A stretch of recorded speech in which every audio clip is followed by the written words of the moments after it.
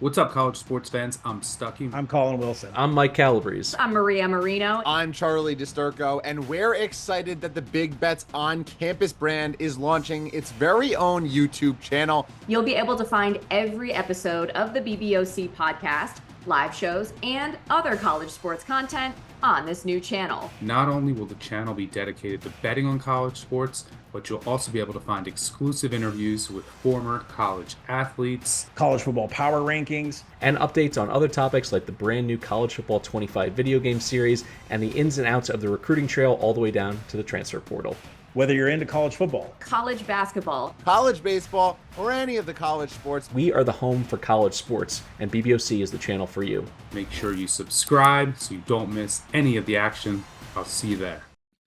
What's up, everybody? Welcome to the Fantasy Flex podcast from the Action Network and Fantasy Labs. I'm your host, Chris Raybon, and this is your NFL Week 1 player projections episode. As always, I'm joined by one of the most accurate fantasy football rankers in the industry, the odds maker, Sean Kerner. Sean, what's going on?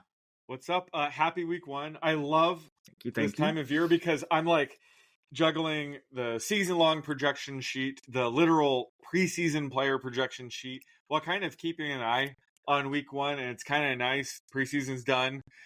Season-long projections are pretty stable at this point, so I'm like fully set on my Week 1 projections. Always love this time of year.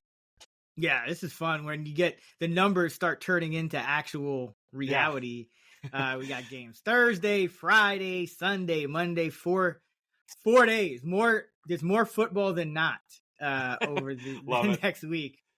Yeah, and for the next 23 weeks. So yeah, something like that. Very excited. And for the new listeners, this is our player projections episode where we look at our initial projections for the week. Each position, we start with our top 5. We talk about players we're higher and lower than consensus on, and then we set a player prop for each position.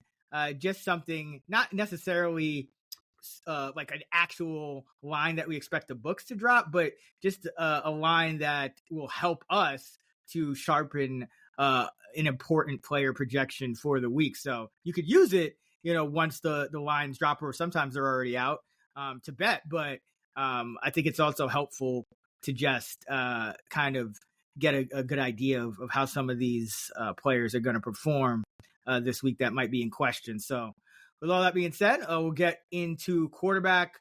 Before we do, just want to quickly remind everyone all of our fantasy football content for 2024 from Chris Raybon, Sean Kerner, available right now over at fantasylabs.com. All of our rankings, projections, and more. And remember, we're not only top 5 most accurate for season long, but also numerous top 5 finishes for weekly rankings. I know Sean has like 18 first place trophies somewhere behind him. So if you want accurate projections to set your fantasy lineups and even bet props, whatever you need to do, be sure to go to fantasylabs.com and sign up.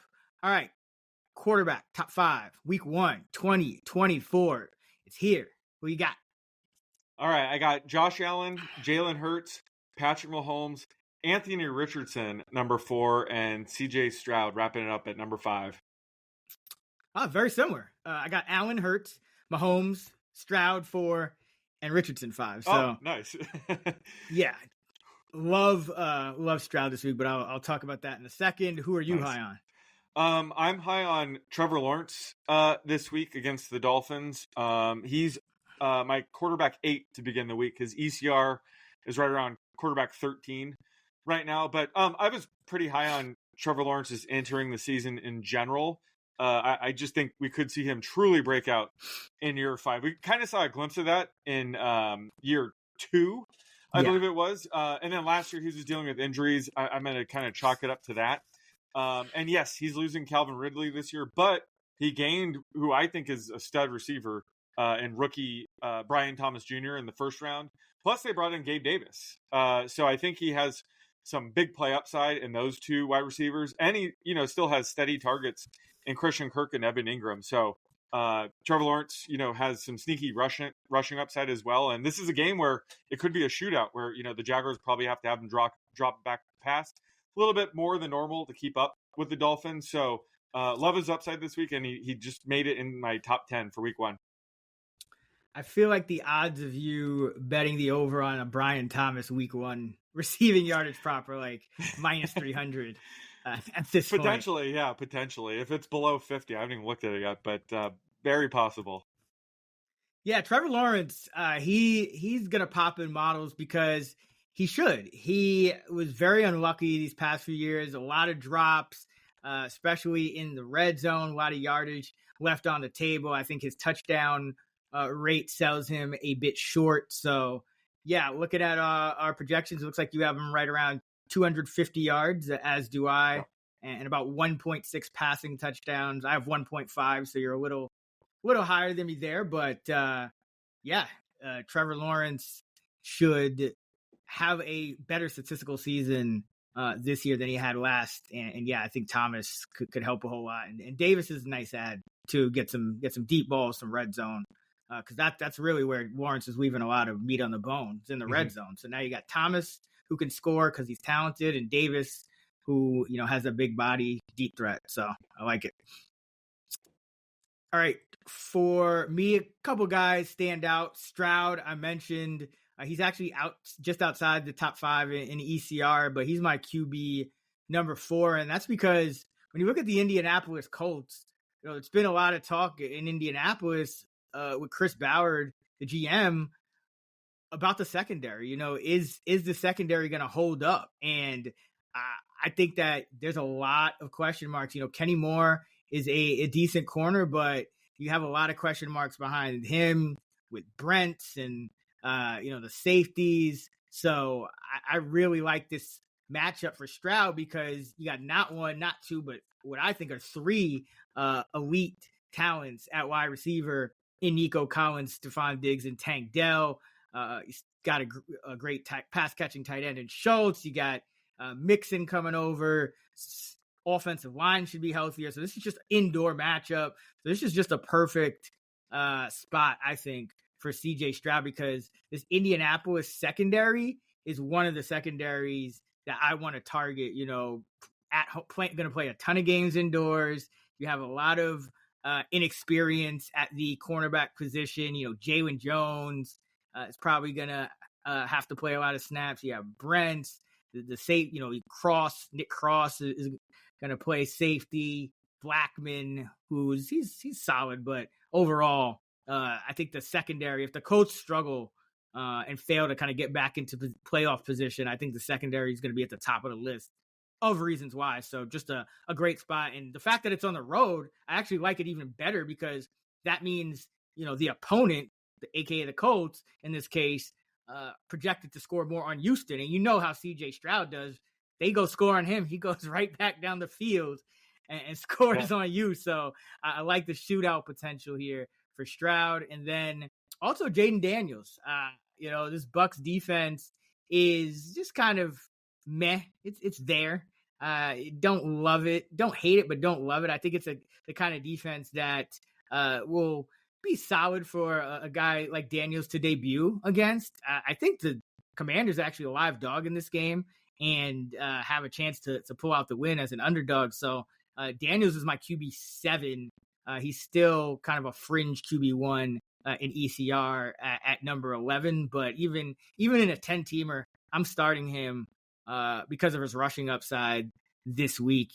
So some of these pocket passers like Jared Goff, great spot, but he's going to hand off a lot. So little more variance with some of these guys, even if they're projected for high team totals. Whereas Daniels, even with a middling team total, he's going to scramble. He'll probably get some design runs, and he only has a few guys to throw to. So I think the scrambling will kind of raise the floor each and every week, regardless of whether he takes a while. He'll probably take a bunch of sacks and whatnot. But overall, already I think Daniels is startable in week 1, even in 10-team leagues. I'll have a prop for him coming up for you. Oh, baby. All right. Who are you low on before we get to that? I'm low on Dak Prescott this week against the Browns at Cleveland, I should say. He's my QB 16 this week. And, people who drafted Dak probably should have had in mind that they're probably going to potentially need somebody else for week one, because this is a brutal matchup for week one against, elite Browns defense. The Cowboys offense could be a bit rusty to start the season too. The offensive line and the run game will likely take a step back this year, putting more pressure on Dak and the passing game. But, CeeDee Lamb only recently returned to practice after, signing his huge extension. So he might not be in preseason form yet. I don't think, he's going to get eased in necessarily, but he's probably not going to be in midseason form. Plus, Brandon Cooks has been missing a ton of practice time recently with a knee injury. So I just don't think this offense is going to hit the ground running, especially at Cleveland. So just given how rough the week one streamer situation is, if you have Dak, you're probably going to have to play him. But I would just lower my expectations for week one. Yeah, where you said you have him QB what? 16? 16. Yeah. Hey, I got him all the way down at 24. I am not feeling Love Dak it. Oh, this man. week. I wish I was that low on him. Maybe I'll join you. Yeah, his yardage, usually he's in, 260s, 270s. Yeah. He averaged 266 last year. Against the Browns, I have him down to 235. So, just a tough defense. Jim Schwartz, I think it could be better in year two. They getting healthy at the right time. So yeah, just not a great week one spot for the Cowboys offense. So you have Sam Darnold ranked ahead of him. Yeah, I mean, Okay. easily. It's about matchup. Once you get outside, Yeah. If he can't run, and, I mean, Dak runs a little, but if he's not running, then it's going to come down to matchup week to week, which is why we don't reach on quarterbacks. We're either going to get get a stud guy or can wait, and that's why, because you have Darnold, and if you you could have got a nice running back or wide receiver depth, or maybe the last good tight end in a spot where you drafted Dak and already have to bench him. For me, kind of a similar situation.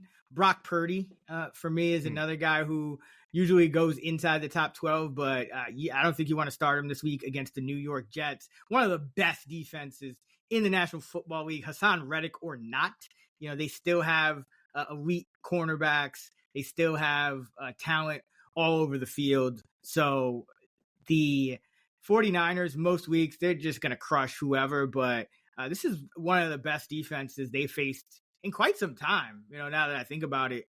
And, that's when you can start to introduce some variance. So maybe you get into a situation where they just have to throw a ton and they get behind. But really, the reason I don't love it is because not only are the Niners facing an elite defense, but they're still a favorite. So it could have run heavy game script and not many points to go around. So Purdy this week is my QB 25. He's QB 17 in consensus, so kind of ranked as a mid-range QB2 or super flex QB. He's on the fringe for me. Unless it's a deeper league, I would much rather leave him on the bench to start the year against the New York Jets. Usually he's up, close to 2 passing touchdowns per game. For me, against the Jets, he's down to about 1.5. So just a big downgrade for Purdy, and really this whole passing offense sans Christian McCaffrey, who contributes in all facets. But yeah, don't like Purdy this week. All right, what are you doing for this? What is it, Jaden Daniels prop? Yep, Jaden Daniels. So I have my simulator where I project where every quarterback finishes on the week. I use it to help me in the Fantasy Pros contest, full disclosure. But where will Jaden Daniels' actual rank be after week one? Just to say, I have him right around ECR at QB12. I know you're higher on him than me, but I only actually have 4 quarterbacks projected with greater than a 50% chance to actually finish in the top 12. So I think this is good just when it comes to after week one ends. If Jaden Daniels finishes 17th, it doesn't mean that, he isn't QB1 going forward or anything like that. So I have his over-under for his actual week 1 rank set at 13.5. So will he finish inside the top 13? I have it around a 50-50 chance. I'm gonna say yes. I think that rushing upside, we've seen it with guys like Anthony Richardson, where even if the passing is, up and down, which I'm sure it will be, I think that rushing upside in a matchup against Tampa Bay, that's not very scary at all. So yeah, I'll go over, but yeah, that sounds about right. For a guy ranked, just fringe QB1. Yeah, and so like if he finishes QB 13, I would say that makes him more likely to be on track for a QB1 this year. Because you're going to have guys like, I'm just picking guys out of my ass, like Will Levis or Derek Carr might randomly finish in the top 10 this week, which would push him down. But I think if Daniels finishes inside the top 13, that makes me a little bit more bullish on him going forward, if that makes sense. Because, most quarterbacks, like their projected median finish, like I said, is like closer to 10 to 12. Then you realize, like Josh Allen, his over-under is like 9.5. So that's just kind of how I think about, after the week's over, where like if Jay Daniels finishes QB 13, I'd say that's a good start to his career. Yeah, and that's why, again, I think waiting on quarterbacks and taking, these guys that add some rushing upside, because rushing gives you just a higher floor, I think, because, you get that 1.5x. And if guys are struggling to get open or you're struggling to pass it, what are they going to do? They're going to roll you out more. You're going to scramble more. So, I think at the spot where he was going, QB 12, QB 13, it's going to be hard for him to face plant too much, barring just getting hurt and missing a ton of time like Richardson. But even then, he didn't hurt you because you were the last or one of the last ones to draft your QB1. Exactly. All right, let's go to running back. Who do you got in the top 5 for week 1? All right, I got Christian McCaffrey, Breece Hall, Bijan Robinson, Jonathan Taylor. Wait, is this my season-long ranks? Right. And Travis Etienne at number 5. I guess that's the only surprise I got. I got McCaffrey, 1, Bijan Robinson, number 2, Breece, number 3, Saquon Barkley, number 4, and Jonathan Taylor, number 5. Who are you high on? I'm high on Josh Jacobs. Against the Eagles, he's my RB9. ECR is RB16, and I've had multiple people reach out like, why the hell are you so high on Josh Jacobs? I recently bumped him up into the top 10. It's not like I personally was like, oh, I think he's a top 10 running back now. What happened was A.J. Dillon, their backup running back, was ruled out for the season. And I had A.J. Dillon eating into Josh Jacobs' rush share quite a bit, along with rookie Marshawn Lloyd. So with A.J. Dillon out for the season, that just raises Josh Jacobs' floor, in my opinion, when it comes to touches. And week 1 specifically, Marshawn Lloyd is still nursing his way back from a hamstring injury. He's going to be limited at best if he does suit up. So it'll be Emmanuel Wilson probably being the number 2 back. So I think just Josh Jacobs has one of the most bankable, workloads, I think, in week 1 in this range. And a lot of people get caught up in yards per attempt, and certainly, that is a issue when it comes to Jacobs. He had a really bad season last year. But volume is king when it comes to running back. So if he gets extra touches to overcome that, I'm not as worried about that. I think this week specifically, he just has a really high floor ceiling combo, and who knows, maybe he'll start to channel the 2022 Josh Jacobs, the league winner Josh Jacobs. And he's in a much better offense. The Packers will probably be one of the higher scoring offenses in the league. He's a lock for goal line carries. So I love his upside.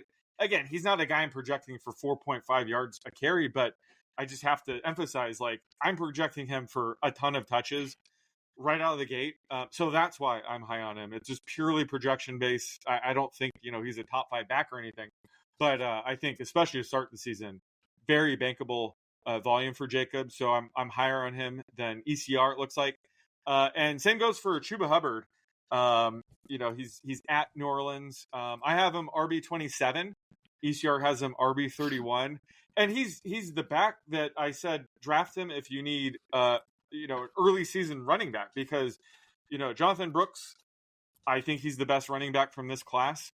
Probably won't play until week 5 at best, and even then, he's going to get eased back in because he is coming back from an ACL tear late last season. So I think Chuba Hubbard will be the Panthers' starting running back for most of the first half of the season. So if you aren't using him week 1 or early on, maybe you can consider trading him to somebody that's a little more desperate at running back, because I think this is the time Hubbard's going to be offering the most value. So I'm high on Hubbard week 1 and through week 5 or 6 whenever Jonathan Brooks comes back. But I think he's going to be in the RB3 flex mix until then. Yeah, I like Hubbard as well. I have him projected for just under 14 carries, so he's actually just inside my top 24 this week. Nice. So I like him quite a bit. And Jacobs, yeah, I've been talking about this on some other shows that Marshawn Lloyd, it seems like he's in the doghouse, right? Not just that he is injured, but the coach is kind of frustrated that he's injured, because when you're a rookie running back, yes, it's easy to hit the ground running, but sometimes there's certain things you have to learn. And in this case, there's protections and things like that in order for him to be kind of a 3-down or a guy that can play on any down, because you do want him to play in the passing game. So it sounds like Jacobs is not only going to see a ton of early down work, but also see a ton of passing down work. So yeah, I have him projected for 75-80% of the snaps, which is on the kind of on the high end for running backs. So yeah, Jacobs my RB 7. I actually have him projected for 19 and a half touches, 19.5 touches against Philly. Marshawn Lloyd looks like he missed practice today, and Emmanuel Wilson picked up a hip injury, so he was limited. So I mean, they might have to give. Could be 100%. Jaden Reed might get some more work, or like Malik Willis, but put him back there. But this just goes to show that Josh Jacobs has a very, very high floor for week 1 at least. Yeah, because I mean, behind them, it was Ellis Merriweather and I think LaMichael Pirine are on the practice squad. So if Wilson's banged up and Lloyd's banged up, there's a chance Jacobs essentially doesn't come out of the game. And he's done that in his good season a couple years ago when he led the league in rushing for the Raiders. He had games like that where he essentially came out for like 1 or 2 snaps so Zamir White could get a breather. I mean, to change to give him a breather, but that was that. So yeah, I think Jacobs is absolutely trending up in season long too now, because if these injuries linger for his backups, they're gonna have to continue to ride him early in the year. Like a guy like Aaron Jones, they didn't start really riding him until the stretch run into the playoffs, whereas they might have to ride Jacobs from week 1 on. So yeah, like him quite a bit as well. I am high on Kenneth Walker, the third. Like the spot at home, 6-point favorite against the Denver Broncos. Starting a rookie quarterback, so Seattle should have a pretty positive game script throughout, and a good game script for running backs. New regime, I think Kenneth Walker is going to be maybe a little closer to the feature back in this one. Zach Charbonnet didn't really impress last year, and he was stealing a lot of passing down work.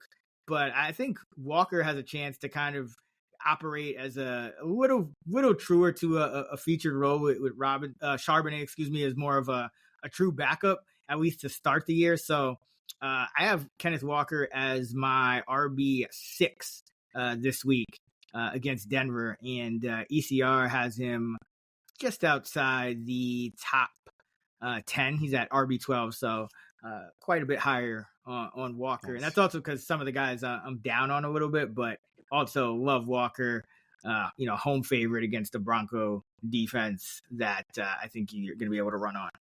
Yep. I'm a big Charbonnet fan, obviously, but when Walker's healthy, it's clear that this is his backfield. Yeah, and he got hurt. Like some of his usage numbers are a little skewed because he left, I think, 2-3 games last year. So his snap share should be a little higher than the season his last season's averages. All right, who are you low on at running back for week 1? So I'm picking on 2 backs that are in running back situations that I just think are a bit murky. So we want to be careful at least to start the season. They might end up being, RB2s, who knows? But just at least for week 1, you probably want a more stable situation. And the first guy is Brian Robinson Jr. of the Commanders. He's my RB35. ECR has him RB28. It's just going to be interesting to see how this backfield is sorted out, with Austin Eckler now in the mix. I would assume that Eckler is going to handle more of the passing down work, and Robinson Jr. is going to handle the early down work between the 20s. But when they get around the goal line, I'm assuming Robinson will be the goal line back, but Eckler could mix in. Jaden Daniels is more than capable of running it in once they get it anywhere on the field, really. So I just think that's going to box Robinson in. Commanders are going to be in more trailing game scripts. So I'd just be careful about him week one. If he goes off on your bench, great. You probably have an RB2 the rest of the season. Is that all that means? But another guy, similar situation as Gus Edwards of the Chargers. He's my RB39, whereas ECR has him RB32.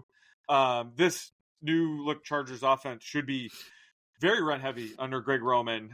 So Edwards could be the lead back in a run heavy offense, which is great. But J.K. Dobbins seems healthier than I expected. I think that there was a chance he wasn't going to be ready for week one, but he's been practicing fully now for a few weeks. Granted, he is coming back from a torn Achilles, which can be really tough to bounce back from for running back. But as of now, it looks like Dobbins is ready to go. So this could easily be more of a 50-50 split backfield. Rookie Kamani Vidal could mix in. We don't really know. So just Edwards, he probably has a lower floor than I think people give him credit for right now. So he's another guy I would just kind of wait for week one to see how it plays out, then roll the dice on him. You might have a more safer bet, at least to start the season. So Gus Edwards is somebody I'm low on, at least to start. Until we see how this usage sorts out in week one. Yeah, I think there was a quote in the offseason when they first signed Edwards, like, he's going to be our bell cow. And I think people are kind of holding on to that. But from what I've been hearing, Dobbins has been getting just as many, if not more, first-team reps as Edwards, throughout the offseason. Dobbins is a better pass catcher as well. So, like you said, I do ding Dobbins in my efficiency projections because of the Achilles. It's really tough because it's just not a large sample size, but from what I could find, Akers, a few other guys, there's definitely a dip in that first season, especially coming back. So that's a concern, but I think there's Dobbins probably at 50-50 at worst to lead the backfield in snaps and touches as well. So Edwards, if he's not scoring those, the Ravens so many rushing touchdowns. The Chargers aren't necessarily going to score as much as the Baltimore Ravens offense. They could. That would be great for them, but you're not projecting the Chargers offense for that amount of touchdown equity. And so with that being said, if Edwards doesn't get a touchdown, you could be looking at like 8 carries for 32 yards, no catches, right? That's a Gus Edwards line. Let's just knock on wood that J.K. Dobbins doesn't like blow out a knee in week one or something crazy, because I feel like he's just never able to stay on the field. But I think there's too much uncertainty with Edwards to really roll the dice in this spot unless you're in a really deep league, and you have to start like multiple flexes or something like that. All right, for me, who I'm going to pick on. Guy we both love, Kyren Williams. And it's not just because we know Blake Corum is going to mix in. He got rested with the rest of the starters all preseason. It's not because Kyren Williams is going to also handle punt returns, which just naturally could limit his offensive workload just a tiny bit, even though it gives him another crack. You'd rather get the crack rushing because you get the yards than just get a crack at a touchdown on a punt return, which is a lot more difficult. But I don't think people realize when they think of the Lions defense that it's the number one run defense, or at least it was the number one run defense in the entire National Football League last season. So number one in DVOA was the Lions run defense. And we have a recent precedent of Kyren Williams playing the Lions and not being very productive in fantasy, because the last game that Kyren Williams played was the playoff loss to the Detroit Lions. The Rams scored 23 points. It was a close game. Kyren Williams, 13 carries, 61 yards, no touchdowns, 1 catch, 1 target, 9 yards. So 70 total yards, 7.5 fantasy points in half PPR, 8 in PPR, failed to hit double digits. So now with Corum, you just don't know. A similar situation, you just don't know. So he's I have him ranked RB 14. He's outside. He's not an RB 1 for me. He's an RB 2 for me this week. So you're probably still gonna start him, but there's a chance if you drafted well, you might have a running back that you drafted after him that's more startable this week. And that's kind of what we warned about with Kyren once Blake Corum season began. Yeah, like you said, the Lions number 1 in DVOA against the run last year, and they added DJ Reader, who is a premier run stuffer. So I don't know. Well, to be fair, I don't know if he's playing week 1. He is coming back from that quad injury, but he's a game time decision at worst. But like that run defense is going to be even better with him in it. Yeah, and he has extra time because it was a Sunday night game, and they also got Lee McNeil in the middle. So I mean, if Reader and McNeil are in the middle, that's just. And then you got those linebackers that fly around like Anzalone and Campbell, God. And it's not going to be an easy team to run against, and they'll also be a little tougher to pass against, which just hurts the entire opposing offense. So yeah, just too much uncertainty. Again, if you drafted Kyren with a top 10, with a second round pick, I guess it is, you're probably going to have to start him, but I would check our rankings out because I do think there's a chance you might have a couple guys like a Kenneth Walker, for example, for me anyway. Like I have him ranked above Kyren. You might have got him a few rounds later. Go back in time and listen to our pods where we said draft like Corum instead. Yeah, and he's not like a slam dunk this week either. No. He's probably going to see more running work against a tough defense, but really want to see how that snap count breaks down. Because remember last year, it was all about Cam Akers, and then I think both of them got like 20 carries. Oh yeah, no, whenever crazy. Yeah, whenever I talk about the Rams, it's from the point of like I don't know what the hell I'm talking about. I'm guessing I'll be wrong, but that's kind of why I don't like to overspend on any Rams running back because last year, 2 years ago, I thought Kyren was going to take over, and they tried to trade away Akers, and they gave him the job. It's just McVay's unpredictable, kind of like Kyle Shanahan, without having Christian McCaffrey. So it's just going to be a volatile situation. So I agree, just treat him with caution for week 1, but you probably have to play him. Yeah. Week 1 last year, Cam Akers 22 carries, 29 yards. Kyren Williams 15 for 52 and 2 targets out of just nowhere. So like that, it was like, what was the bigger surprise in week 1 last year for the Rams? Was it Kyren Williams 17 opportunities or Puka Nacua 15 targets, 10 catches, a $119? Puka easily, because I thought that Kyren was going to do this the year before. Silly me for not thinking. Sticking with it, but remember they were playing Malcolm Brown ahead of him. Yeah, no, but Puka Nacua was big fat Malcolm Brown looked like a defensive tackle.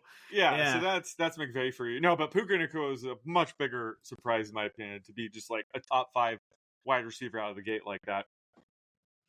And 22 carries, 29 yards for 8. I mean, that's not surprising, but you don't see that.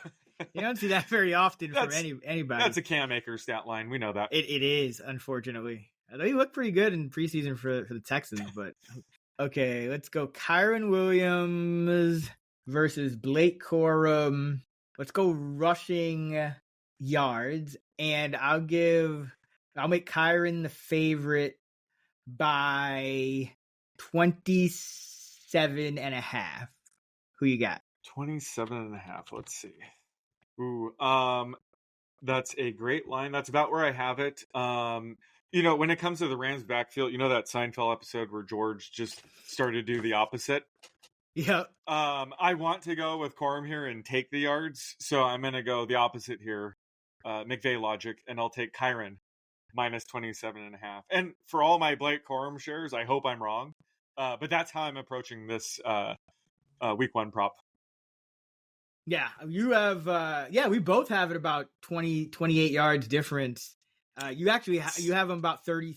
Kyren 65, Corum 37. I actually have just the whole team rushing for fewer yards. So I have Kyren 58, Corum 30.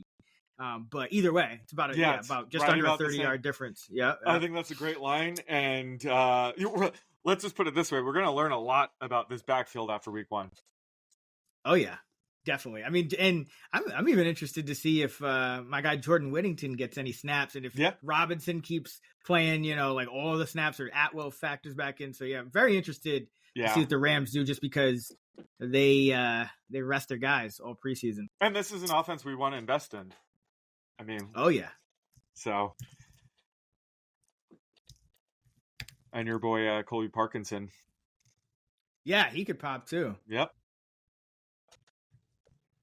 All right, let's get to wide receiver. But before we do, just want to remind everyone that all of our fantasy content this year is located at fantasylabs.com.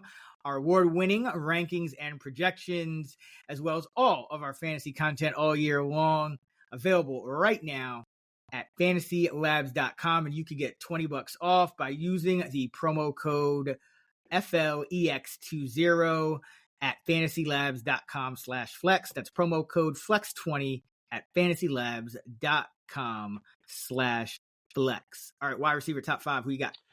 I got Tyreek Hill, CeeDee Lamb, Jamar Chase for now, Amon-Ra St. Brown, and Justin Jefferson. Same for me, but just a little different order. Tyreek is number 1. Got St. Brown number 2. Jefferson number 3. Love the matchup.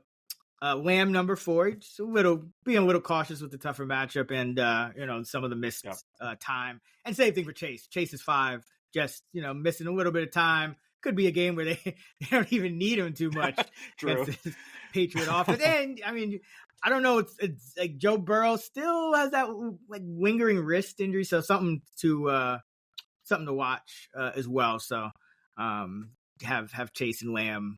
Other weeks they might be a little bit higher, but love me some Tyreek this week and love me some Amon-Ra. Can't really poke any holes in their games. Who you high on? Josh Palmer. I'm going right back to the Josh Palmer well right here. I mentioned him on the waiver wire pod, but he's a guy that's sneaky. He's in the wide receiver 3 flex discussion this week. So I think he is startable, especially against the Raiders. And anytime Palmer has needed to step up without Keenan Allen and or Mike Williams, he has. So he has a history of, being the top target or top 2 target in this offense before and coming through. So to begin the season, I think he is going to be Justin Herbert's number 1 target. I'll talk about him in a bit, but I think Ladd McConkey could take over that role in the second half of the season. But initially, I think this is Josh Palmer's wide receiver room. And again, I think he has a high floor. I think you could trust him week 1. And then you're kind of waiting for these high upside, volatile, receivers on your bench, like a Keon Coleman or someone like that. You want them to kind of have a big game or two before you could trust them. I think Josh Palmer, out of the gate, I think you could trust him in this wide receiver 3 flex range if you kind of skimped that wide receiver, which hopefully you didn't. But I think Palmer provides a nice safety net and is playable week 1. Yeah, and something that goes a little bit overlooked, when you're just kind of looking at this offense, is that Dobbins and Edwards, at least early in the year, are projected to take pretty much all of the snaps at running back. Both of those guys tend to have lower target rates per route than the average running back, which just means more targets downfield, for the receivers.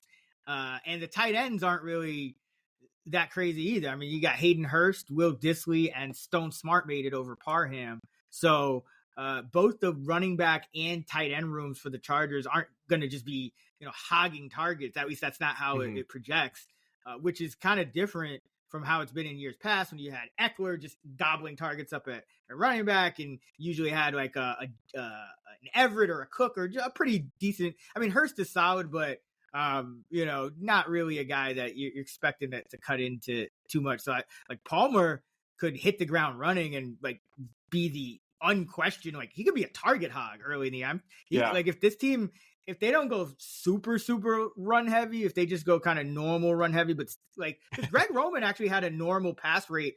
I think it was the last time, like his last year with Baltimore, they passed like right around league average. So he wasn't even with Lamar. So if they just do that, you could be looking at like a 8 to 10 weekly target guy in Josh Palmer, and that could sustain all year. So I like the call on Palmer. I'm high on him as well.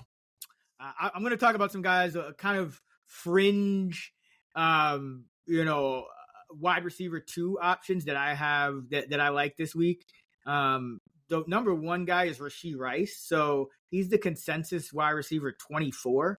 So if you're in a 10-teamer, there's a chance you might be debating, whether to start or sit him. He's my wide receiver 8. So I think you should be starting him. I think the whole knock on Rice was that we, in season-long ranks, we were projecting him to miss games due to suspension. Mm-hmm. But now that's kind of off the table for the most part, number 1. But number 2, his per game averages are still high. So even though he was going, right around, somewhere in the mid to late 20s in season long, his per game, that was, most people were kind of projecting a couple of missed games at least, for suspension. But his per game averages to still land in the top, 25, 30 with a couple of missed games at least, that means your per game averages are, wide receiver 1 status. And Marquise Brown, doubtful. Xavier Worthy, first game as a pro. And the Chiefs sometimes, how they are with rookie wide receivers. Even Rice was frustrating last year. I think he was getting like a 40, 50, 30, 40, 50% snap rate those first few weeks. Mm-hmm. McCole Hardman, same thing. Even Tyreek Hill, it wasn't immediately thrust into action. So there's also the possibility that essentially everything's the same as last year. No Marquise Brown. You have a guy running a fast guy running wind sprints on the Justin outside. Watson. Watson or Worthy. Watson or MVS. And Rice and Travis Kelce gobbling up targets over the middle. There's no Jerick McKinnon.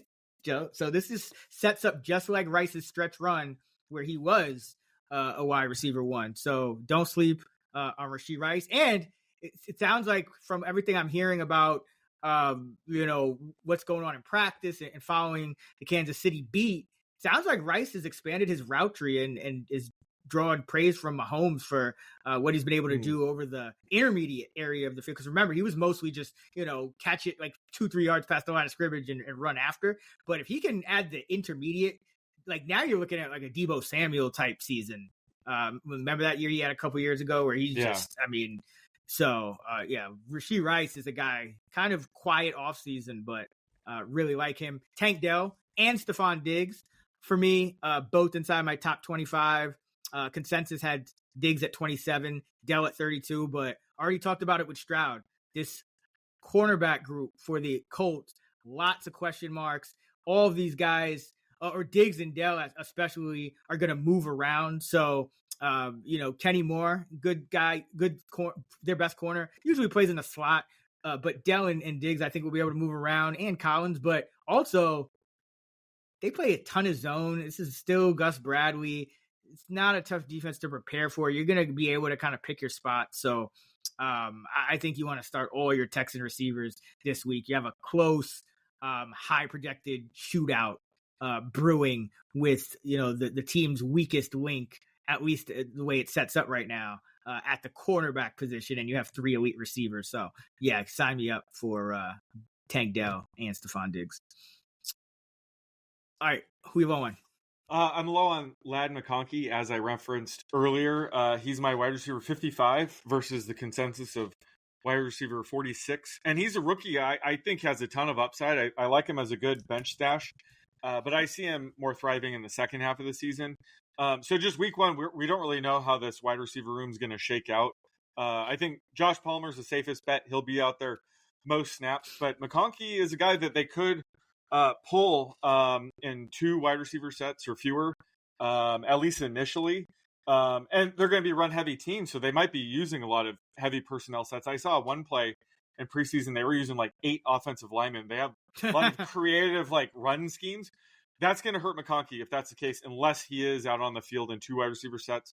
But he's a guy, there's a ton of available targets in this offense without, Keenan Allen and Mike Williams and Austin Eckler. You even mentioned it, the tight end room took a hit this year as well without Gerald Everett. So I think McConkey could be, a top 40 receiver this year, but he's not a guy I'm trusting early on. So I'm a bit lower on him, but I expect him to only see an increase in playing time and potentially prove his way into 2 wide receiver sets. And that's when I think he'll shine and potentially offer a top 40 value. But yeah, I think he has a ton of upside. He could play outside, inside, win downfield, really good after the catch. So he's a receiver I'm very, very high on. It might be a slower start for him in this landing spot. Yeah, and you drafted him as your wide receiver 4, maybe even 5. So Yeah. You should be able to leave him on your bench and, see how the snaps break down. But I think if you are looking to start a Charger wide receiver in a pinch, Palmer's the way to go, just based on what we've seen, from the preseason usage and he already has that chemistry with Herbert and more likely to play in in that 1-2 double tight end personnel, which like you said, Greg Roman probably will use quite a bit in what's projected to be tied for the lowest total of the week at 40.5. Chargers Raiders divisional game too. For me, Garrett Wilson. Surprised to see him ranked 7th in expert consensus. He's my wide receiver 21. And that's just because, he's up to, wide receiver 6 in consensus. He jumped up a spot. No way I'm ranking him over Jamar Chase, which is consensus, or, another 15 wide receivers after him, because, this is just like the Jets are a tough matchup. The Niners are still a tough matchup. Defensively, still a lot of talent. Brandon Staley, say what you want about him as a head coach, but he's going to be helping coach the defense along with Sorensen. We have Ward and Lenore at corner. Both of those guys graded very well in terms of PFF last year, top 25 guys on the outside, and just projects to be a lower scoring game than either of these teams are used to. So not a real spot where I want to, I'm kind of rushing to start Garrett Wilson. Now, you obviously drafted him. You spent probably a late first, early second round pick on him. But, in 10 teamers, again, there's a chance that you may have a couple other wide receivers and a flex ranked higher than him, because he's my wide receiver 21. In 12 teamers, you're starting him as a number 2, or if you start 3 wides, you're starting him. But just wanted to kind of put that out there that I'm about 15 spots lower than consensus on Wilson to start the year. And also Mike Williams looks like he might suit up in week 1, which also dings Wilson just a little bit as well. All right, it's your turn for prop wide receiver. Who you got? All right, I got one for you. Dontavian Wicks routes run percentage in week 1. Let's go, baby. I love this. Let's go, baby. I hate that I have to set this number because the hell I know. I'm gonna go 53.5%. Oh man, it's funny because in my model I do it in 2.5. So like I do like 50, and then the next is 52.5. So like I don't get a lot of 53.5. So that's okay. That's Well, I mean, yeah. No. That's what I'm saying. It's a good one. Yeah. I would go. I mean, I guess if I had to, I would go 53.75 in like situations where I'm really trying to get granular. But let me look at my actual projection just because that was a tough one for me too. So for week 1, I have Wicks.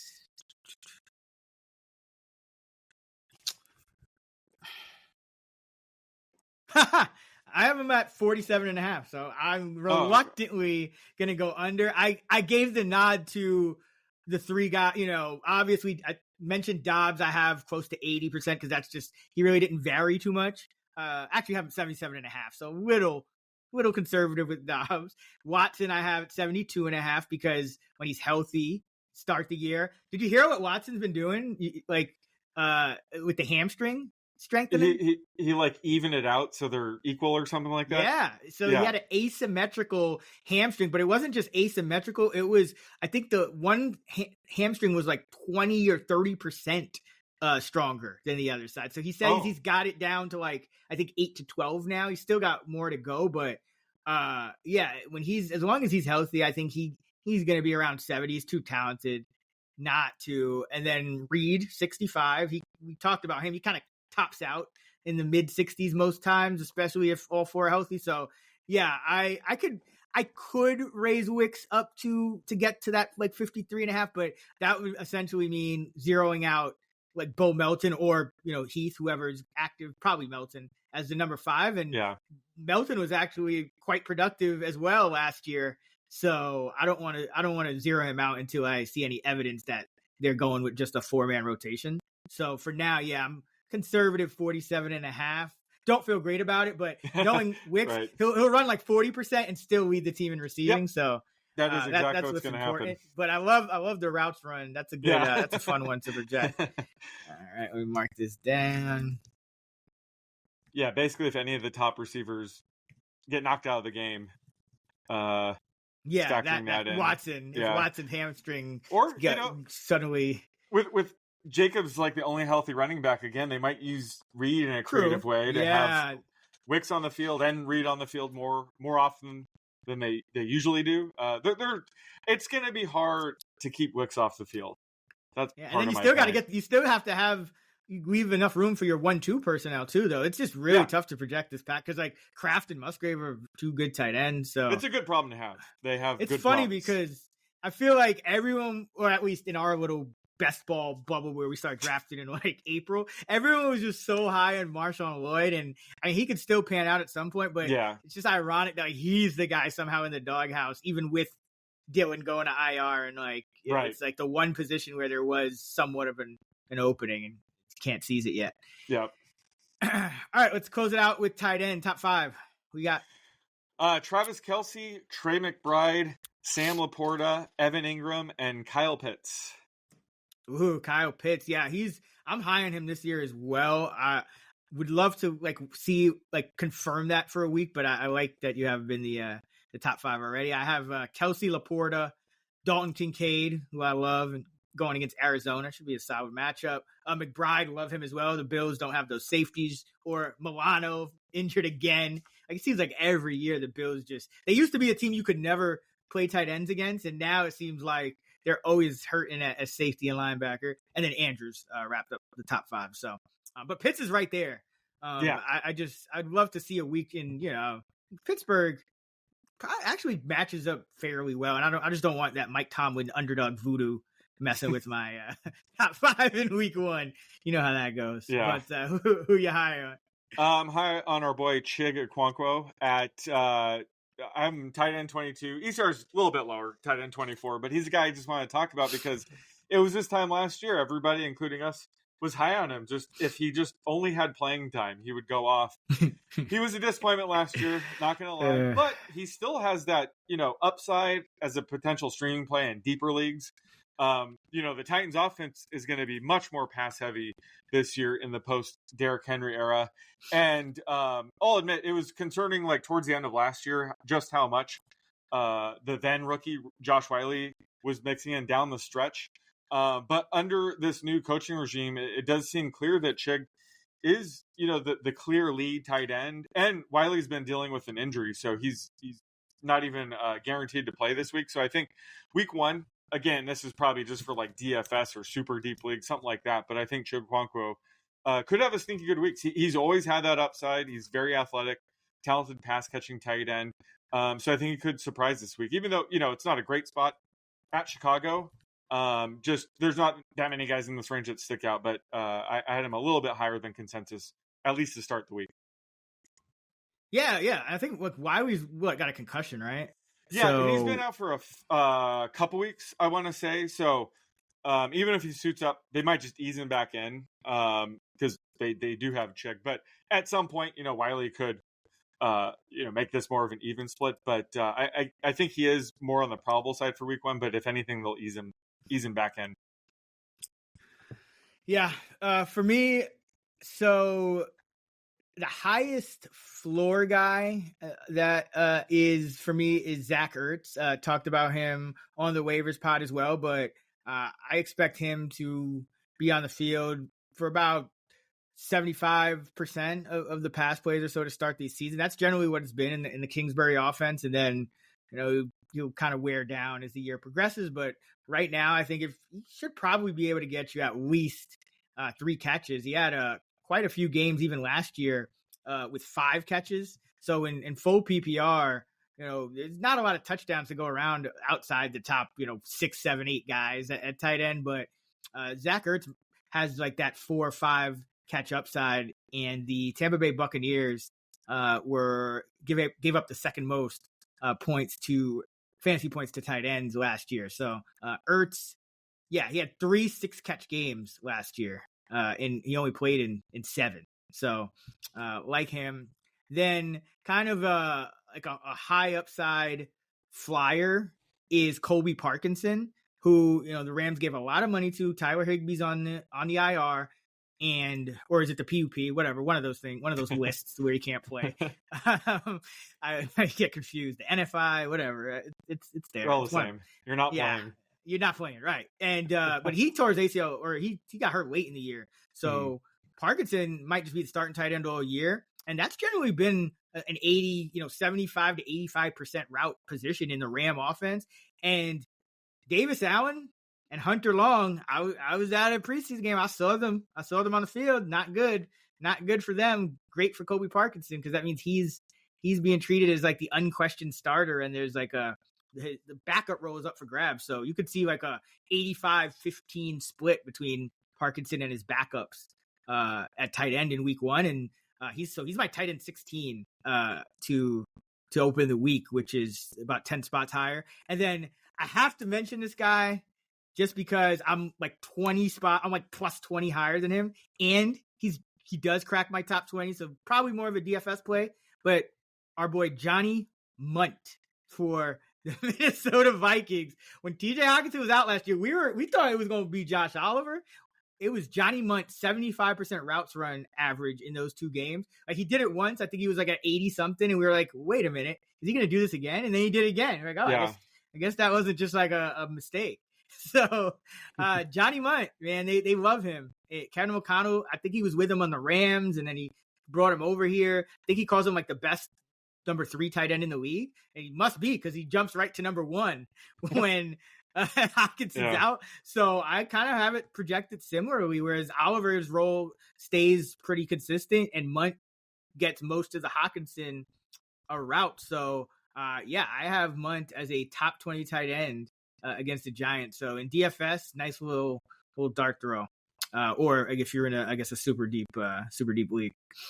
Yeah, you were setting odds on my convince me prop being Brian Thomas Jr. Probably a fair projection. I got Zach Ertz, the top of your over 2.5 receptions. The top, like maybe even money, but that's clearly if that's the top of the board, he's the favorite. But I'm only willing to go to like even money. I can't go in the negatives yet. But you're trending that direction for sure. Oh yeah, no, it's just one of those kind of inefficiencies where it's like it's not sexy, and it probably won't pay off all year, but it could pay off for at like 7, 8, 9 games. Kind of like Chuba, it's like, who knows? Like, let's start the year scoring and then go from there. Yep. All right. Who you low on? Tight end. I'm low on Juwan Johnson. This is a week where there's no one really inside the top 15, I think, is a must sit or anything. So we're just talking about guys that are probably on the fringe in deeper leagues anyway. But Juwan Johnson's a guy where I'm shocked he's even ready for week 1. There was a chance he was going to miss some games. I think he had a knee cleanup procedure. Yeah. He played in the last preseason game. If you'll let me get there. Yeah. sorry. I just all this preseason going around in my head. Now. I know. No, and I was shocked. I was shocked he played that. So he's clearly playing in week 1, because I was going to say he played in the last preseason game, but still, like he barely practiced. He was out for most of training camp, most of preseason. Doesn't matter for him. But if anything, I think he's going to ease back in. They still have Taysom Hill. They can use the tight end, Foster Moreau. So I just think his snap count might be a little bit lower than we're expecting for week 1. So not that you're playing Juwan Johnson anyway, but at least in terms of the Fantasy Pros contest, I'll probably be a little bit lower on him, because he's just a guy that he's playing week 1, but he's probably not 100%. So he's just a guy that I'm projecting closer to like 90% of what his typical role would be. Yeah. I have him like in like the 50-ish, snap rate in the 50-ish, where it's usually in like the 50s. No. Oh, okay. No. I thought I was low on him. Yeah, that's fair. Like a 55% routes run rate or something. Right. That's exactly what I have, actually. Yep. Okay. prop. Let's go with Taysom Hill, our guy D Payne's favorite. There we So go. he'll enjoy this. But listen, man, tight end is a wasteland outside that top, 10, 11. Yeah. And Bauer's questionable. Looks like Goddard is questionable. So this is going to be very relevant. So let's go Taysom Hill,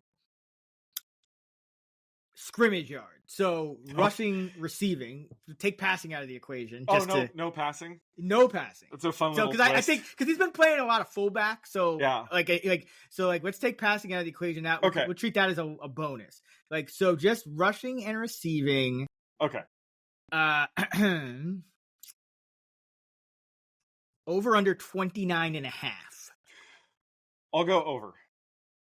Barely. Okay. I think that's a great line, and I'm well aware that we're not including passing yards, but I have it closer to 32. I just think with, Juwan Johnson maybe not being 100% to start the year, and Kendre Miller on IR. The Marshawn Lloyd of the Saints. Yeah, well, I was going to say, Marshawn Lloyd's not in as big of a doghouse as Kendre Miller is right now. Sheesh. But I just think that, they're a little bit thinner at running back and tight end than they would at full strength. So that would just mean potentially more Taysom snaps. So that's a great line. I'll slightly go over, but I think that there's a path there at least for week 1. Yeah, actually I have him around 35, the average around 35, but it's hard to project his median because it's so high variance. I mean, He has games where he's like, it's either like 0 or like 80 yards and 2 touchdowns or something like that. So next week, I'm going to put a note. Next week, I'll give a Taysom prop, but it'll be a range. Like, will he finish between 10 and 40 yards, and see if you can figure that out. Because you're right. His median, you just set it, and he's going to go way over it, way below it. But if you try to set a range for him, it's almost impossible. Yeah. All right. Well, this was good stuff. This is what we've been planning all offseason for. Our week 1 NFL player projections pod here on the Fantasy Flex is in the books. Make sure you check out fantasylabs.com for all of our fantasy football content. You can use promo code FLEX20, that's FLEX20, at fantasylabs.com/flex for $20 off right now. Sean is on X at @_oddsmaker. I'm at Chris Raybon, and we're at those same handles on the free award-winning Action Network app. Until next time, let's get this money.